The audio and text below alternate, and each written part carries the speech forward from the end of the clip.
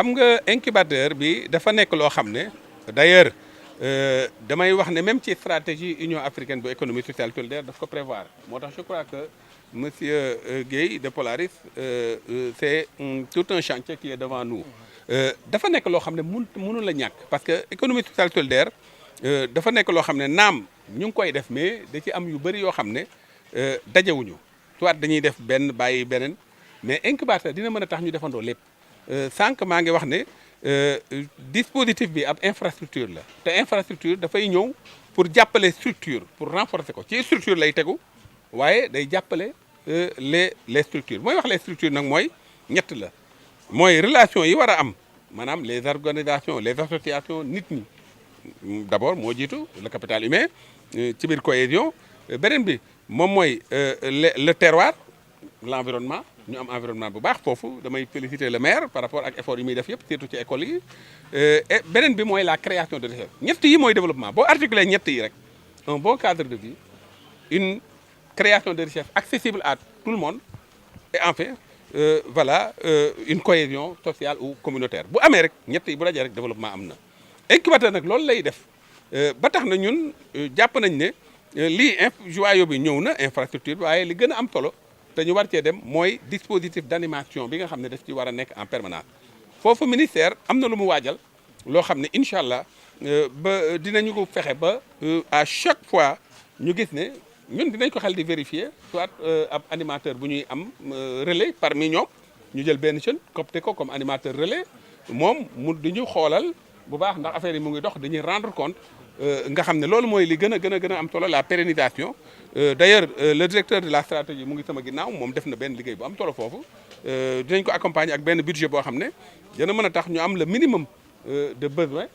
pour le fonctionnement et du coup bu ñu defee noonu yaatal ko Sénégal xaalis nag moom moo amul ba dañ ciy def lu xaw a yem rek waaye bu ñu demee ba gën a am xaalis dinañ ko gën a mën a yaatal fépp boobaa dinañ li ñu bëgg dinañ ko am ci wàllu économie sociale solidaire nga xam lépp lu ñuy def rek ci citoyenneté pour renforcer le capital humain pour que jeunes yi jóg ci yenn jafe-jafe yi yi ngeen di gis yëpp muy xeex ndóol ak muy émigration irrégulière yooyu yëpp dafay dugg ci làkku mooy concept bi nga xam ne naka lañ koy animer ci biir incubateur yi leneen li mooy le cadre environnement dina am mécanisme yu ñu teg ba nga xam ne forcément dañuy pousser xale yi pour ñuy def ay travaux ak ay actions yoo xam ne c'est pour l'intérêt général beneen bi mooy nan la ñu leen di fexe ba pousser leen à l'entrepreneuriat di leen encadrer pour ñuy créer de la richesse. parce que comme ni nga ko xamee da nga ku nekk ci àdduna mënoo nekk en marge ak àdduna ni muy doxee maanaam boo nekk ci àdduna li xew li dëppoo ak jamono faw nga ànd ak loolu li ci doy waar nag mooy soo ko waajalul sa bopp li dëppoo ak jamono mën na doon loraange intelligence artificielle lu am solo la tey tax na ba lu bëri ñu mën ko saafara. ci doomu jafe-jafe doomu aadama wala ci bëgg-bëgg waaye nag noonu la mën a nekkee gàllankoor it su fekkee ne niñ ko war a téye niñ ko war a encadrer ñi koy utiliser niñ leen war a waajalee defuñu ko day indi jafe-jafe moo tax nag tey fu ñuy defee incubateur day baax ñu am fa ay ordinateur am fa ay jumtuwaay yu mën a tax véritablement ñu mën a dem ci intelligence artificielle boobu loolu laay rafetlu ci incubateur yi ndax it lii dimension bi boobu li tax mu gën ma neex ci sunu collaboration ak Polaris Asso ak le maire mooy dimension bi nga xam ne dafa jël économie sociale solidaire ci de manière holistique d'abord économie sociale solidaire économie de développement la foofu mairie bi am fi taxawaay beneen bi mooy économie sociale solidaire c'est une économie du bien ou bien c'est une économie du bien commun wala de l'intérêt général moo tax la citoyenneté nekk benn pàcc ci biir économie sociale solidaire foo déggee affaire citoyenneté rek c'est le bien commun c'est l'économie sociale solidaire mooy la troisième dimension donc action yi ñuy def nii rek dafa uuteeg par exemple nga gis jigéen ñi ñuy def action de solidarité kese dans la production boobu souvent loolu la ñu ëpp li ñuy gis ñenn ñi xamuñu ne lii ci économie sociale solidaire la nekk parce que dafa ñu fi li ñu faral di gis mooy production solidaire ba jigéen ñiy def ak yooyu donc loolu it day baax ñu xamee ko noonu ba tax na lii dañ koy gën a yaatal am na projet bu ñu ci am boo xam ne dañ koy ànd ak le Polaris Asso parce que comme ñoom la ñuy tàmbaleel projet boobu maturé nañ ko ci biir ministère des budgets ak des finances ñoom ils sont vraiment des plénipotentiaires par rapport ak réalisation yi ñu war a def ci aspect boobu avec d'autres partenaires parce que toutes les parties prenantes dañuy bokk ci biir waajal boobu mën nañu wax ne ci biir incubateur bi lañ koy defee ndax looloo tax mu ñëw comme ni ma ko waxee sànq infrastructure dafay ñëw pour renforcer structure day tegu ci structure ba pare renforcer ko boo nee jigéen ñi rek dugg nga ci li ñuy wax dimension genre mooy relation bi war a am entre jigéen seen i bëgg-bëgg ak seen taxawaay ak seen bindin ci société bi góor seen taxawaay ak seen bindin ci société bi loolu nag ala kulli xaal ku ko bàyyiwul xel rek doo am li ñuy wax un développement bu équilibré maanaam bu boole ñëpp moo tax foofu ci biir dispositif d'animation bi nga xam ne ñun dañ ko proposé dañuy bàyyi xel naka la ñuy amee une approche inclusive ba jigéen ñi ñoom it ñu mën leen a waajal bu baax ci lu demee ni par exemple cyber harcèlement yi nga xam ne am na ñoo xam ne voilà dañuy am taxawaay boo xam ne dëppoowul ak bi war ci biir voilà internet ak xeet yi demee noonu ba nga xam ne ñoom it jumtuwaay yooyu dina tax ba lu mel noonu du mën a egsi ci ñoom donc loolu faaw ñu def ko ndax ci dimension genre la bokk bu ñu nee xale yi xam nga ni li ëpp ci askan wi ay jeunes lañu donc li di xale yi di jigéen ñi daanaka boo leen touché rek li ëpp ci askan wi touché nga leen et par conséquent mën nga am yaakaar développement bi nga soxla. C'est une infrastructure et comme vous le savez l'infrastructure se pose ou bien est mise en place pour les structures et vient pour renforcer les structures. Donc on a les structures qui sont en réalité les aspects les plus importants par rapport à l'économie sociale solidaire. Quand je dis structure, c'est tout ce qui va dans le sens du capital humain ou des organisations communautaires ou des associations ou en tout cas